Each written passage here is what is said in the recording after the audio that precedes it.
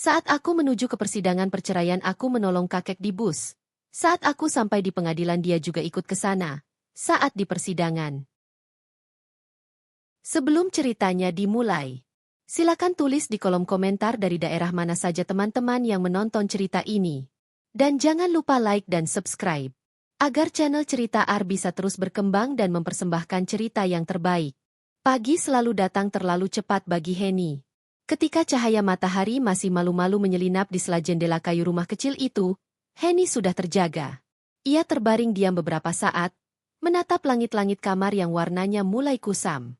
Bukan karena malas bangun, melainkan karena tubuhnya seolah butuh waktu untuk mengumpulkan tenaga. Bukan tenaga fisik, tapi tenaga hati. Rumah itu tidak besar. Hanya rumah sederhana di pinggiran kota, cukup untuk 2 orang, namun seringkali terasa kosong. Di sampingnya, Dani masih terlelap. Wajah suaminya tampak tenang saat tidur. Sangat berbeda dengan sikapnya ketika terjaga. Henny memandangi wajah itu sejenak, seperti mencoba mengingat kembali masa-masa ketika tatapan itu penuh kehangatan untuknya. Henny bangkit perlahan agar tidak membangunkan Dani. Ia berjalan ke dapur, menyalakan lampu kecil, lalu mulai menanak nasi. Suara air mendidih dan denting sendok menjadi musik pagi yang selalu setia menemaninya. Rutinitas ini telah ia lakukan bertahun-tahun, nyaris tanpa jeda. Di dapur sempit itu, Henny sering berbicara pada dirinya sendiri. Bukan mengeluh, hanya memastikan bahwa ia masih ada. Ia menyapu lantai, mencuci piring sisa makan malam, lalu menyiapkan sarapan sederhana. Tidak ada menu istimewa. Dani tidak pernah meminta, dan Henny tidak pernah berani bertanya apa yang ia inginkan. Ia memilih aman, seperti biasa. Setelah semuanya siap, Henny mandi dan mengenakan pakaian rumah yang bersih namun sederhana. Rambutnya ia ikat rapi. Wajahnya polos tanpa riasan tebal. Hanya bedak tipis agar tidak terlihat pucat. Di cermin kecil kamar mandi, ia menatap dirinya sendiri. Wajah itu tidak jelek.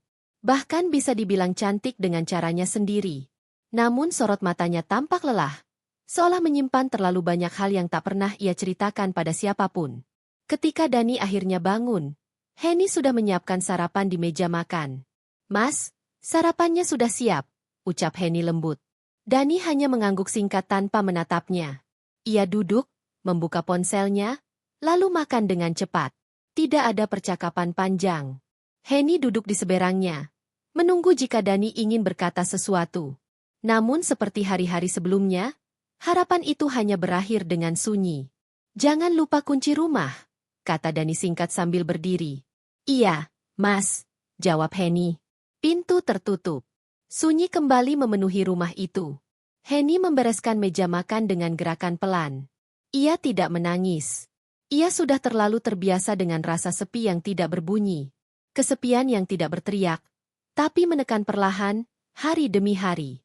Siang hari, Henny menghabiskan waktu di rumah. Kadang ia menjahit, kadang membaca, kadang hanya duduk di teras sambil memandangi jalan kecil di depan rumah.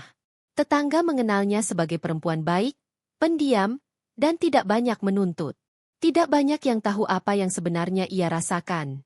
Sore menjelang, Henny kembali ke dapur. Ia menyiapkan makan malam dengan penuh kehati-hatian, memastikan rasanya pas. Ia selalu takut melakukan kesalahan kecil yang bisa membuat suasana rumah semakin dingin. Malam hari, Dani pulang dengan wajah lelah. Mereka makan bersama, namun tetap dalam keheningan. Jika ada percakapan, itu hanya soal hal-hal praktis. Tidak pernah soal perasaan. Tidak pernah soal mimpi. Di kamar, sebelum tidur, Henny sering memunggungi Dani.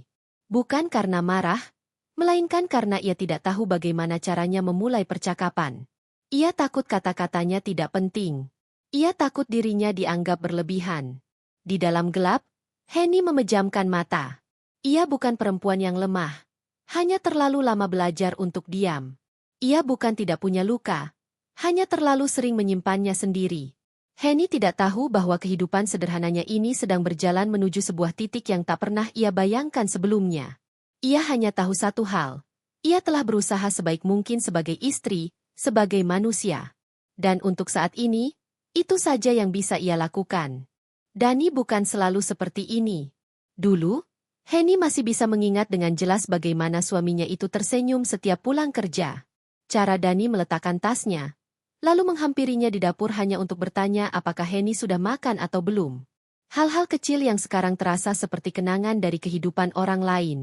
Perubahan itu tidak datang dalam semalam.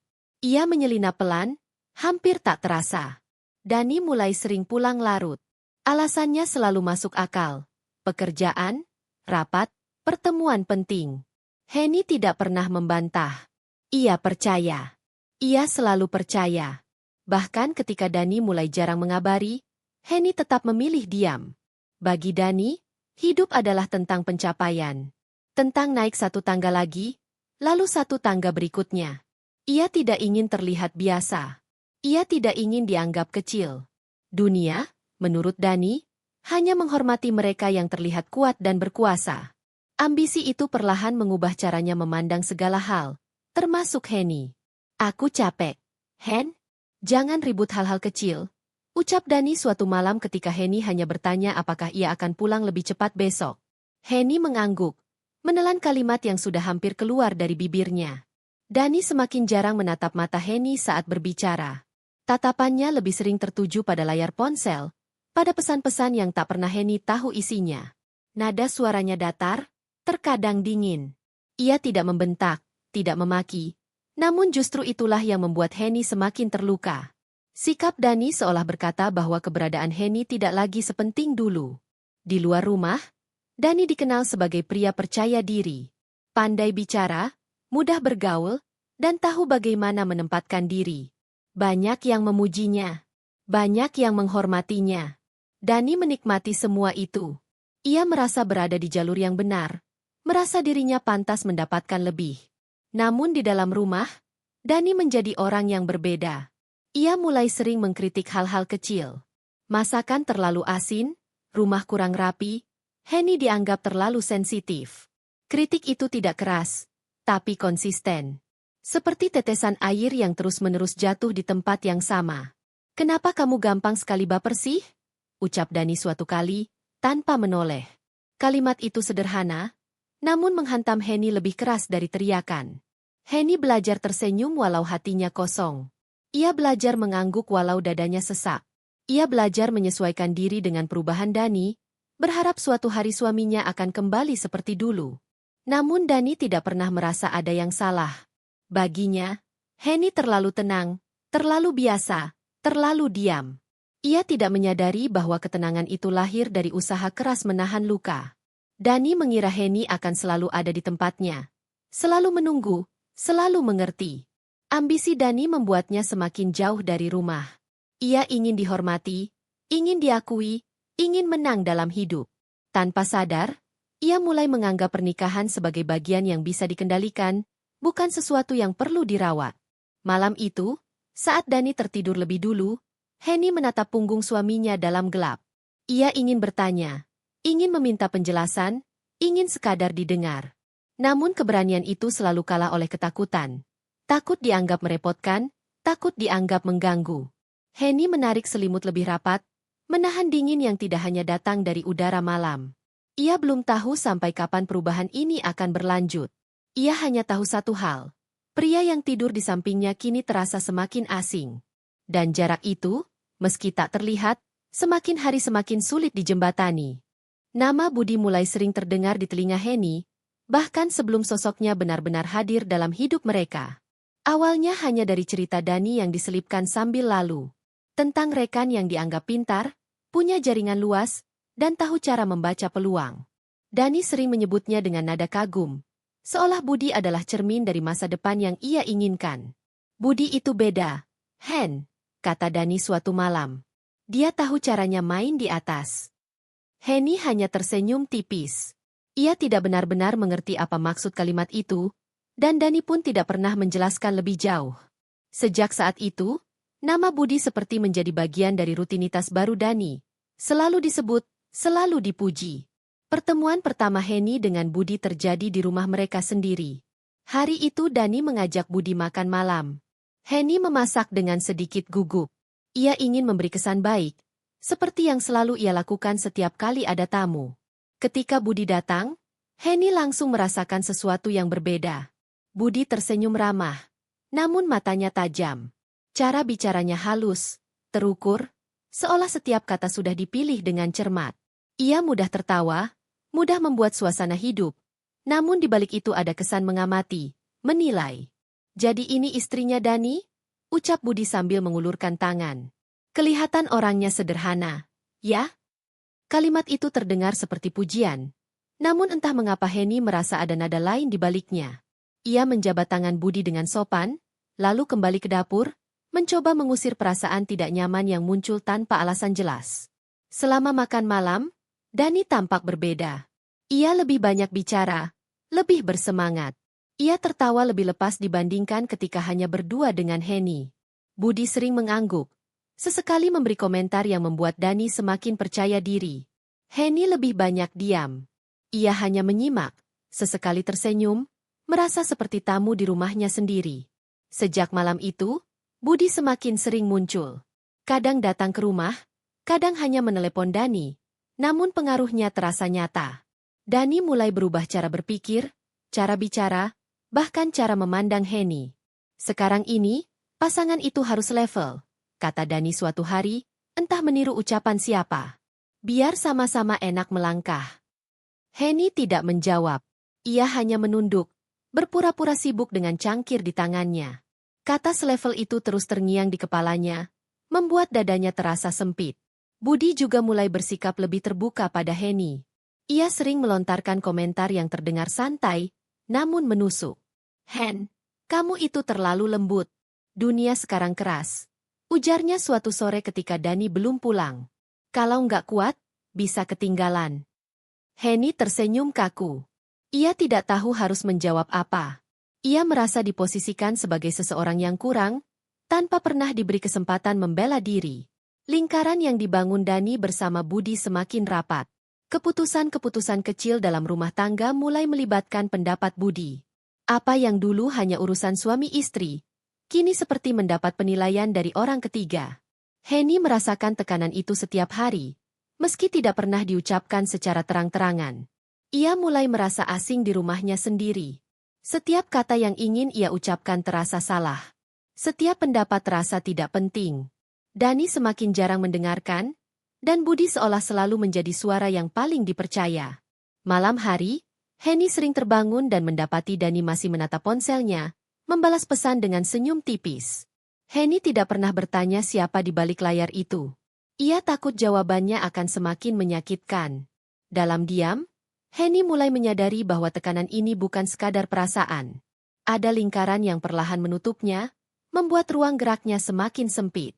Ia terhimpit oleh ambisi Dani dan pengaruh Budi, tanpa tahu kemana harus melangkah. Namun Henny tetap bertahan. Ia selalu bertahan. Karena baginya, selama pernikahan itu masih ada, selama ia masih berstatus istri, ia akan berusaha menjaga semuanya, meski harus mengorbankan dirinya sendiri sedikit demi sedikit. Henny tidak pernah membayangkan bahwa suatu hari ia akan memikirkan kata berpisah dengan begitu serius. Bukan karena ia tidak pernah merasa sakit, melainkan karena selama ini ia selalu percaya bahwa bertahan adalah bentuk tertinggi dari cinta. Ia menahan diri, menyesuaikan langkah, mengecilkan harapan, semua demi menjaga sesuatu yang ia sebut rumah. Namun ada titik ketika bertahan justru terasa seperti perlahan menghilang. Hari-hari di rumah semakin sunyi. Dani pulang semakin larut, dan ketika ia ada pun, keberadaannya terasa jauh. Tatapannya kosong saat Henny berbicara, seolah pikirannya berada di tempat lain. Tidak ada pertengkaran besar, tidak ada teriakan, tapi justru itulah yang membuat semuanya terasa lebih menyakitkan. Diam yang terlalu lama bisa berubah menjadi jarak yang tak terjembatani. Suatu malam, saat hujan turun pelan di luar, Henny memberanikan diri berbicara.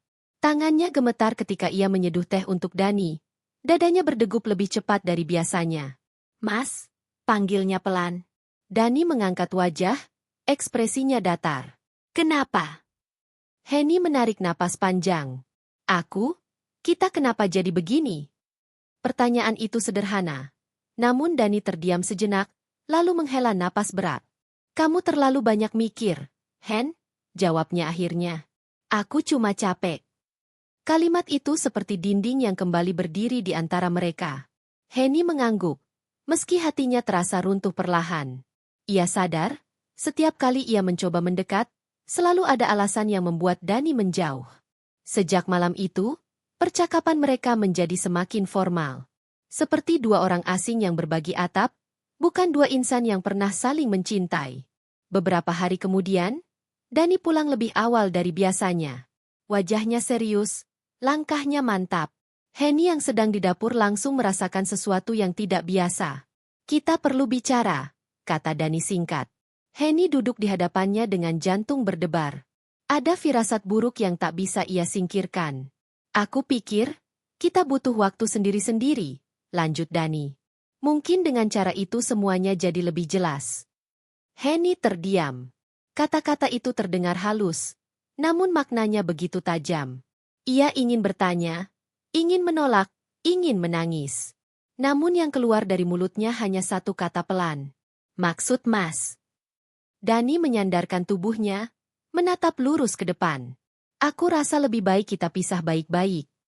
Kalimat itu menggantung di udara, menekan dada Henny hingga sesak. Ia tidak pernah bermimpi tentang perceraian. Tidak pernah mempersiapkan diri untuk kata itu. Keputusan itu datang begitu saja, tanpa peringatan, tanpa ruang untuk berunding. "Apa aku salah?" Suara Henny bergetar. Dani tidak menjawab langsung. "Ini bukan soal salah atau benar. Kita sudah berbeda." Berbeda. Kata yang terlalu mudah diucapkan, namun begitu berat diterima. Henny menunduk, menahan air mata. Ia merasa seperti terdorong ke jurang tanpa sempat memilih. Keputusan itu bukan hasil kesepakatan, bukan pula sesuatu yang ia impikan. Itu adalah keputusan yang jatuh di pangkuannya, tanpa ia minta. Hari-hari berikutnya berjalan lambat. Dani mulai membicarakan hal-hal teknis, jadwal, dokumen, pengadilan, dengan nada tenang, seolah membahas urusan kerja. Henny hanya mendengarkan, pikirannya kosong. Budi sesekali muncul dalam percakapan Dani. Sarannya terdengar rapi, terencana. Henny semakin yakin bahwa keputusan ini bukan murni lahir dari hati Dani, melainkan dari lingkaran yang selama ini menekannya. Namun Henny tidak punya cukup tenaga untuk melawan. Ia merasa kecil, sendirian, dan tidak siap menghadapi apa yang akan datang. Di malam sunyi, Henny duduk di tepi ranjang, menatap jari-jarinya sendiri. Ia mencoba memahami bagaimana hidupnya bisa berubah begitu cepat. Ia belum siap berpisah, belum siap kehilangan, namun ia juga tahu, ia tidak lagi benar-benar dimiliki. Keputusan itu bukan pilihannya, bukan pula mimpinya. Namun kenyataan tidak pernah menunggu kesiapan seseorang. Dan Henny, mau tidak mau, harus berjalan ke arah yang tidak pernah ia rencanakan. Pagi itu terasa lebih berat dari biasanya. Henny terbangun sebelum alarm berbunyi. Matanya terbuka, namun pikirannya masih dipenuhi bayangan hari yang akan ia hadapi. Udara di kamar terasa dingin, meski jendela tertutup rapat. Di sisi ranjang, tempat Dani biasanya tidur kini kosong. Sejak pembicaraan itu, Dani memilih tidur di ruang lain. Jarak fisik itu membuat semuanya terasa semakin nyata. Henny bangkit perlahan, menahan pusing yang tiba-tiba datang. Ia menuju kamar mandi, membasuh wajahnya dengan air dingin. Di cermin, pantulan wajahnya tampak lebih pucat dari biasanya. Mata itu sembab, bukan karena menangis semalam, melainkan karena terlalu banyak hal yang ia pendam. Hari ini adalah hari yang selama ini hanya ia bayangkan dengan ketakutan. Dengan gerakan pelan, Henny mengenakan pakaian yang paling sederhana namun rapi. Ia memilih warna netral, tidak mencolok, seolah ingin menyatu dengan lingkungan agar tidak terlihat. Ia mengikat rambutnya rapi, lalu mengambil tas kecil berisi dokumen yang Dani minta ia bawa. Tangannya sedikit gemetar saat memastikan semuanya ada. Rumah itu sunyi ketika Henny melangkah keluar. Tidak ada suara langkah Dani, tidak ada pesan singkat. Henny mengunci pintu dengan hati-hati, lalu berhenti sejenak di depan rumah. Ia menatap sekeliling, jalan kecil yang biasa ia lewati, pohon tua di sudut, semua tampak sama. Hanya dirinya yang berubah. Langkahnya menuju halte terasa panjang. Setiap langkah seolah membawa beban yang tidak terlihat. Ketika bus datang, Henny naik dan memilih duduk di dekat jendela. Ia menatap keluar, melihat kota mulai bergerak, orang-orang dengan tujuan masing-masing. Di dalam bus, suasana lengang. Beberapa penumpang tampak mengantuk, sebagian sibuk dengan ponsel. Tidak ada yang memperhatikan Henny, dan ia bersyukur untuk itu. Ia tidak ingin ada yang melihat matanya yang berkaca-kaca. Mesin bus menderu pelan, membawa Henny menjauh dari rumah yang pernah ia jaga dengan sepenuh hati. Di kursinya, Henny memeluk tas kecil itu erat-erat, seolah di dalamnya tersimpan sisa keberaniannya. Pikirannya melayang pada masa lalu. Hari pertama ia dan Dani tinggal bersama, tawa kecil di dapur, rencana-rencana sederhana tentang masa depan. Semua terasa begitu jauh, seperti kenangan orang lain yang tak lagi bisa ia sentuh. Henny menarik napas panjang, mencoba menenangkan diri. Ia tahu hari ini bukan hanya tentang dokumen dan tanda tangan. Ini tentang harga dirinya. Tentang keberaniannya berdiri sendiri di hadapan kenyataan. Bus melaju pelan melewati jalan-jalan yang mulai ramai. Setiap lampu merah terasa seperti jeda yang terlalu lama. Henny menatap pantulan dirinya di kaca jendela. Di sana, ia melihat seorang perempuan yang lelah, namun masih berusaha berdiri. Kesunyian pagi itu menyelimuti hatinya. Tidak ada tangan yang menggenggam, tidak ada suara yang menenangkan. Henny benar-benar sendirian dalam perjalanan ini. Namun entah mengapa, di balik semua ketakutan itu, ada satu perasaan kecil yang sulit ia jelaskan. Seperti ada sesuatu yang akan terjadi. Sesuatu yang tidak ia rencanakan, namun perlahan mendekat bersama laju bus yang terus melaju. Henny memejamkan mata sejenak. Ia tidak tahu apa yang menunggunya di ujung perjalanan pagi yang sunyi ini. Yang ia tahu, ia harus sampai. Dan untuk pertama kalinya dalam hidupnya, ia harus menghadapi segalanya tanpa bersandar pada siapapun. Bus berhenti mendadak di sebuah halte kecil. Beberapa penumpang naik, sebagian turun. Henny sedikit terhuyung saat bus kembali melaju, tangannya refleks berpegangan pada sandaran kursi. Di saat itulah ia melihat seorang kakek berdiri tak jauh darinya, tanpa kebingungan mencari tempat duduk. Kakek itu mengenakan pakaian sederhana, kemeja lengan panjang yang warnanya sudah pudar dan celana kain rapi. Rambutnya memutih sepenuhnya, tubuhnya kurus, dan langkahnya terlihat tidak begitu stabil. Di tangannya ada sebuah tas kecil yang digenggam erat. Tidak ada satupun penumpang yang bergerak. Henny menoleh ke sekeliling. Semua sibuk dengan dunianya masing-masing. Ada yang pura-pura tidur, ada yang menunduk menatap ponsel. Henny merasakan dadanya menghangat oleh rasa iba yang spontan. Ia bangkit dari tempat duduknya tanpa berpikir panjang. "Kakek, silakan duduk di sini," ucap Henny lembut sambil berdiri. Kakek itu menoleh, tampak sedikit terkejut. "Oh, terima kasih, Nak," katanya dengan suara serak namun tenang. Henny membantu kakek itu duduk, memastikan ia benar-benar nyaman sebelum kembali berdiri. Namun kakek itu justru menahan lengannya pelan. "Kamu duduk saja, Nak. Saya tidak apa-apa berdiri sebentar," ujarnya. Henny tersenyum tipis. "Tidak, Kek. Saya masih kuat." Kakek itu menatap Henny sejenak. Tatapannya dalam, seolah mencoba membaca sesuatu di balik wajah pucat perempuan di depannya. Akhirnya ia mengangguk dan duduk dengan hati-hati. Henny berdiri di sampingnya, berpegangan pada tiang besi. Bus kembali melaju, dan suasana kembali sunyi. Beberapa menit berlalu tanpa percakapan. Namun tiba-tiba kakek itu membuka suara. "Kamu terlihat sangat sedih," katanya pelan, hampir seperti berbicara pada dirinya sendiri. Henny terkejut. Ia menoleh, jantungnya berdebar. "Maaf, Kek." Kakek itu tersenyum tipis. Mata tidak bisa berbohong. Ada beban besar di sana.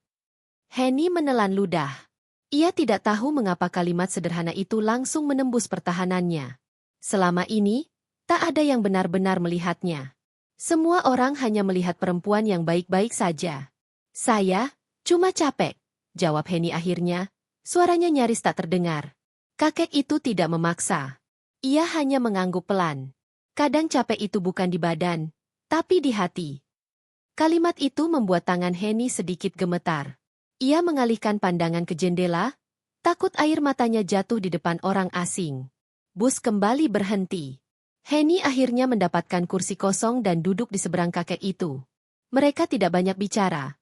Namun kehadiran kakek itu entah mengapa memberi rasa tenang yang aneh. Beberapa saat kemudian, kakek itu kembali berbicara. Kamu mau kemana pagi-pagi begini? Henny ragu sejenak, lalu menjawab jujur. Ke pengadilan, Kek. Kakek itu terdiam sejenak. Wajahnya tetap tenang, namun sorot matanya berubah lebih serius. Pengadilan? Ulangnya pelan. Henny mengangguk. Iya. Tidak ada penjelasan lanjutan. Henny tidak ingin menceritakan lebih jauh, dan kakek itu pun tidak bertanya. Ia hanya menghela napas panjang, seolah memahami lebih dari yang diucapkan. Apapun yang kamu hadapi, ucap kakek itu kemudian, ingat satu hal. Jangan pernah merasa sendirian, meski dunia membuatmu seperti itu. Henny menatapnya. Kata-kata itu sederhana, namun terasa seperti pegangan kecil di tengah ketakutannya. Ketika bus mendekati halte tujuan, Henny berdiri lebih dulu. Kakek itu juga ikut bangkit, tampak bersiap turun.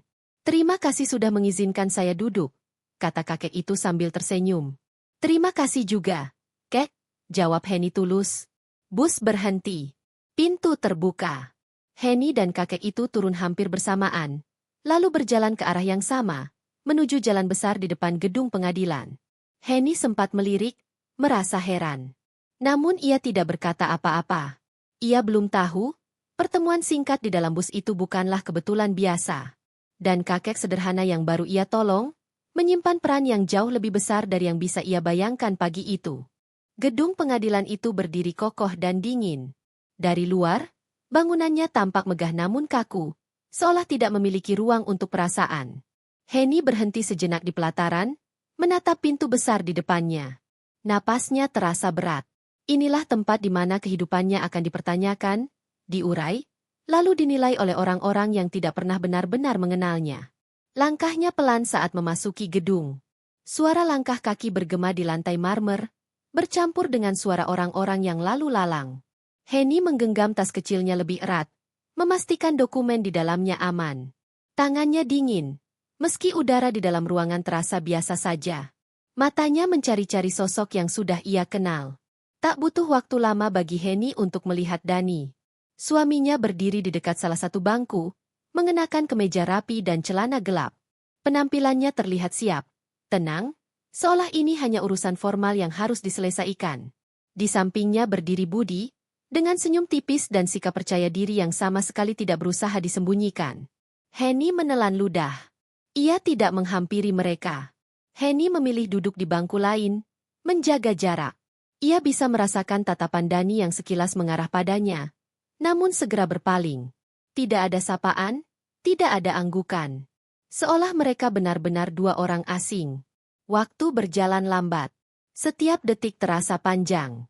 Henny mencoba menenangkan diri, menata napas, meski jantungnya berdegup tak karuan.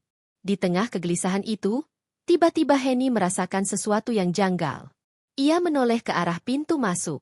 Kakek yang ia temui di dalam bus tadi pagi melangkah masuk ke dalam gedung pengadilan. Henny tertegun.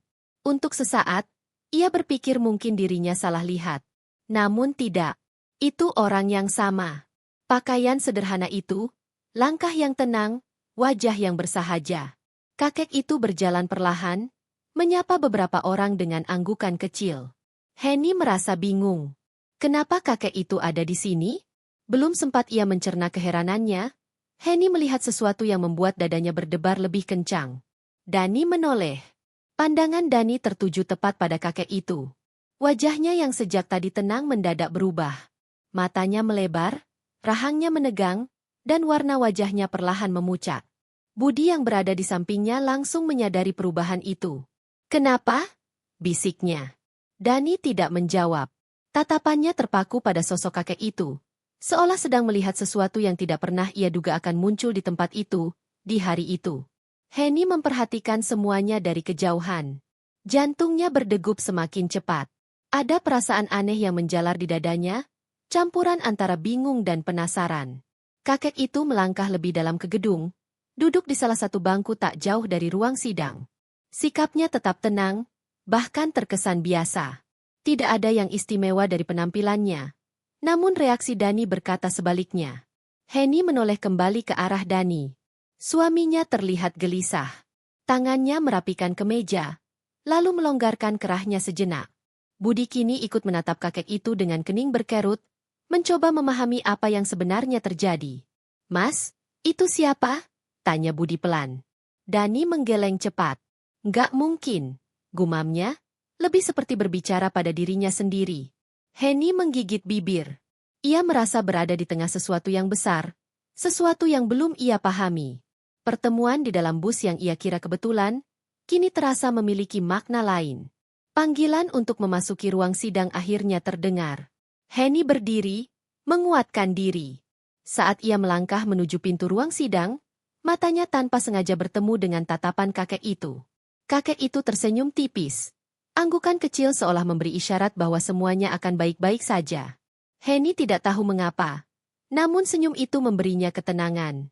Di dalam dadanya, rasa penasaran semakin membesar. Siapa sebenarnya kakek itu? Dan mengapa Dani terlihat begitu terguncang hanya dengan melihatnya? Henny melangkah masuk ruang sidang dengan perasaan campur aduk. Ia belum tahu bahwa kejutan kecil yang ia saksikan pagi itu hanyalah awal dari perubahan besar yang akan segera datang. Ruang sidang terasa lebih sempit dari ukurannya yang sebenarnya. Udara di dalam ruangan seolah menekan dada Henny.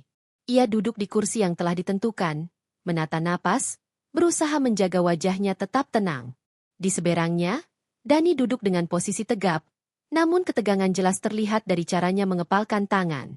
Budi duduk tak jauh dari Dani. Wajahnya masih berusaha terlihat santai, namun sorot matanya terus mengarah ke satu titik, ke arah bangku tempat kakek itu duduk.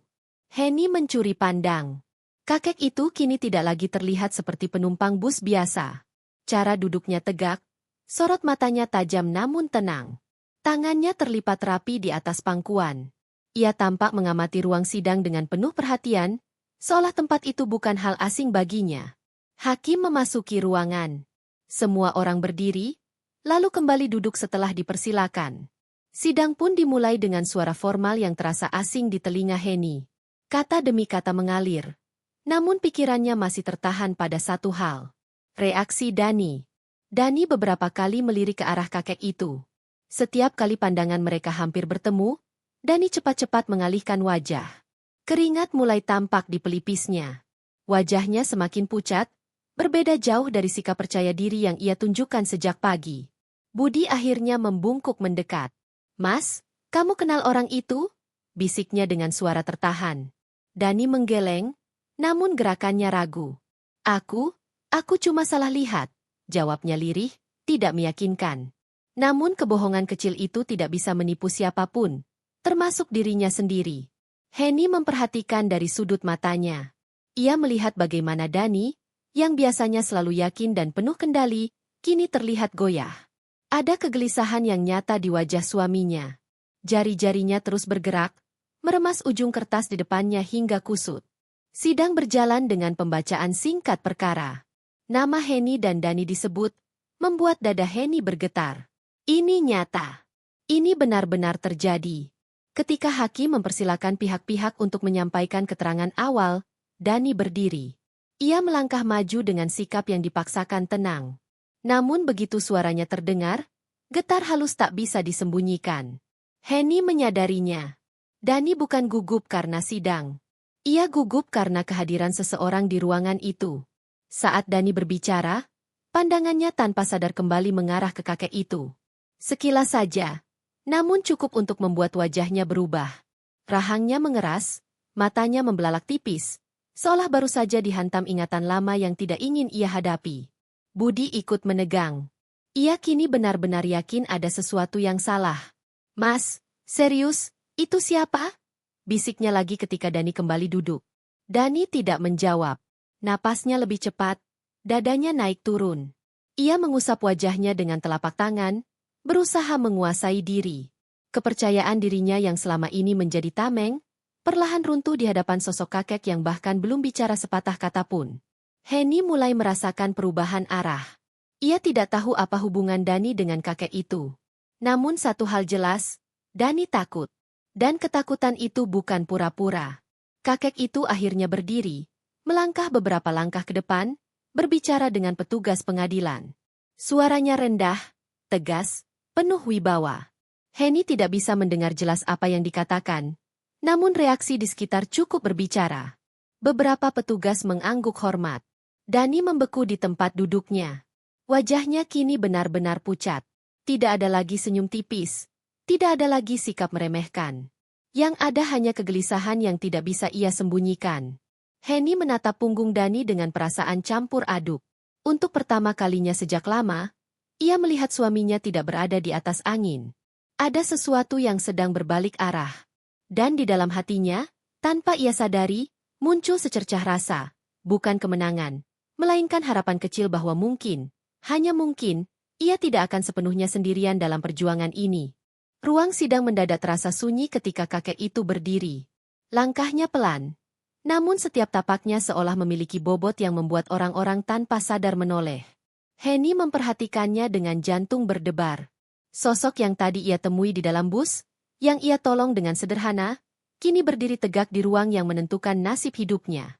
Kakek itu melangkah ke depan, berhenti tidak jauh dari meja hakim. Ia menyebutkan namanya dengan suara tenang dan jelas. Beberapa orang di dalam ruang sidang terlihat saling bertukar pandang. Ada bisik-bisik pelan yang langsung terhenti ketika hakim mengangguk hormat. "Silakan, Profesor," ujar hakim dengan nada penuh respek. Satu kata itu cukup membuat Dani terpaku. "Profesor." Wajah Dani yang sejak tadi pucat kini seperti kehilangan warna sepenuhnya. Matanya membelalak, napasnya tercekat. Henny melihat tangan suaminya bergetar saat ia mencoba bangkit dari kursinya. Lalu kembali duduk seolah kakinya tak lagi sanggup menopang tubuhnya. Budi menoleh cepat. "Profesor?" bisiknya, matanya menyipit, mencoba mengingat sesuatu. Kakek itu, profesor hukum, menoleh sebentar ke arah Henny. Tatapannya hangat, menenangkan. Tidak ada kesan menggurui, tidak ada rasa menghakimi. Hanya empati yang tulus. "Yang mulia," ucap profesor itu, suaranya mantap namun rendah. "Saya hadir hari ini bukan sebagai saksi, melainkan sebagai pendamping hukum." Henny tertegun. Pendamping hukum? Kata-kata itu berputar di kepalanya. Ia menatap profesor itu, lalu menatap hakim, lalu kembali menatap Dani yang kini benar-benar terlihat terguncang. Henny merasa seolah dunia di sekelilingnya berhenti berputar sejenak. "Saya akan mendampingi pihak Ibu Henny," lanjut profesor itu dengan tenang. Ruangan kembali sunyi. Henny menutup mulutnya dengan tangan, menahan napas. Ia tidak pernah meminta ini. Ia bahkan tidak pernah berharap sejauh ini. Air matanya menggenang, bukan karena sedih, melainkan karena terkejut oleh sesuatu yang terasa seperti pertolongan di saat paling gelap. Hakim mengangguk. "Baik, Profesor, silakan." Profesor itu lalu berjalan ke sisi Henny.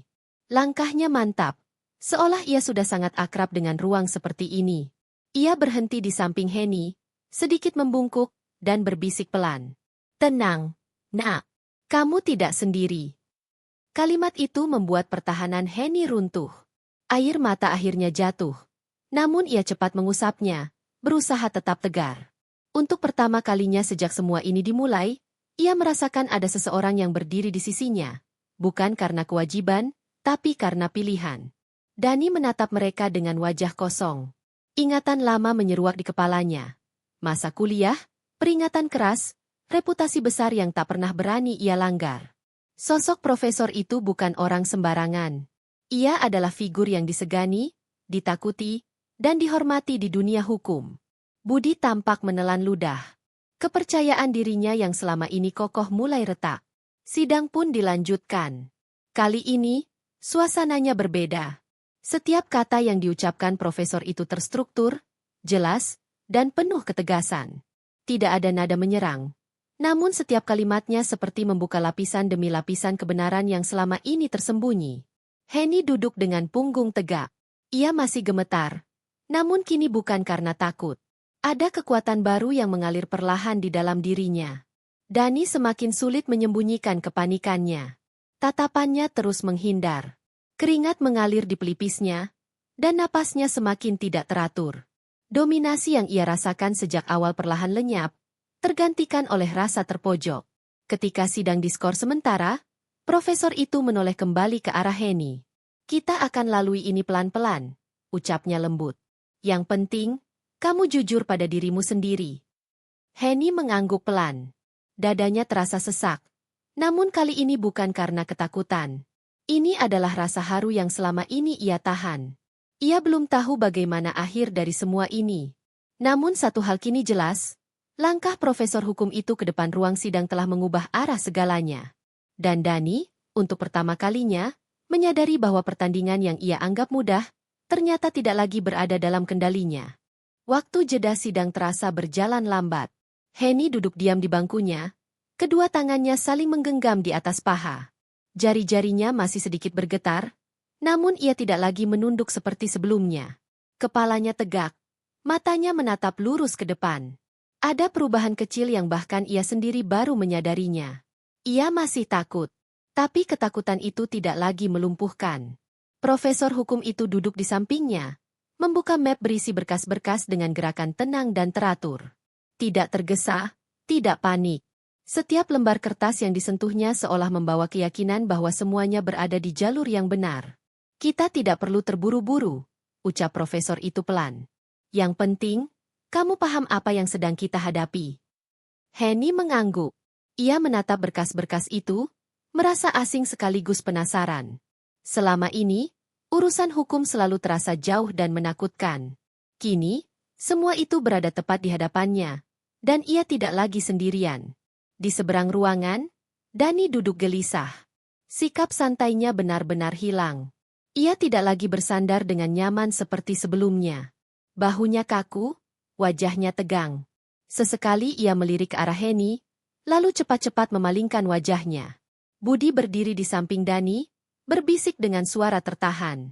Namun kali ini, Dani tidak tampak yakin pada setiap kata yang ia dengar. Ia mengangguk ragu, matanya kosong, pikirannya kacau. Ketika sidang kembali dibuka, suasana berubah drastis. Hakim mempersilakan pihak Henny untuk menyampaikan tanggapan awal. Henny menelan ludah. Jantungnya berdetak kencang. Namun sebelum rasa takut itu membesar, profesor hukum itu berdiri lebih dulu. Dengan suara tenang namun tegas, ia mulai berbicara. Bukan untuk menyerang, bukan untuk mempermalukan, melainkan untuk membuka posisi Henny sebagai seorang istri yang selama ini berada dalam tekanan. Kata-katanya runtut, logis, dan mudah dipahami. Henny mendengarkan dengan saksama. Setiap kalimat seolah mewakili hal-hal yang selama ini ia simpan sendiri. Rasa diabaikan, tekanan batin, keputusan sepihak yang tidak pernah ia sepakati.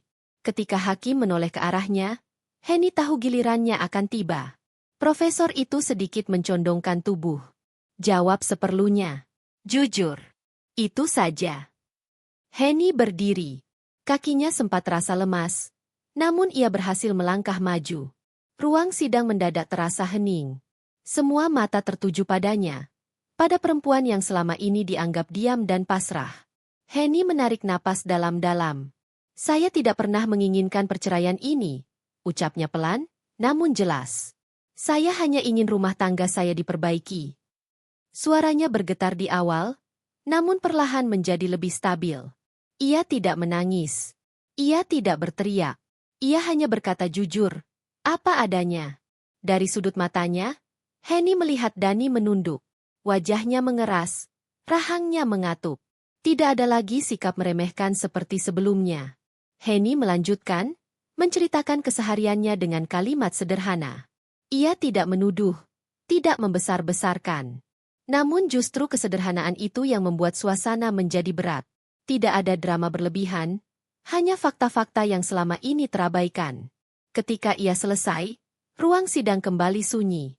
Henny duduk kembali di tempatnya. Dadanya terasa sesak, namun ada rasa lega yang perlahan muncul. Untuk pertama kalinya, ia berbicara tanpa takut disalahkan. Profesor hukum itu mengangguk kecil ke arahnya, isyarat bahwa ia telah melakukan yang terbaik. Dani kini benar-benar terlihat terpojok.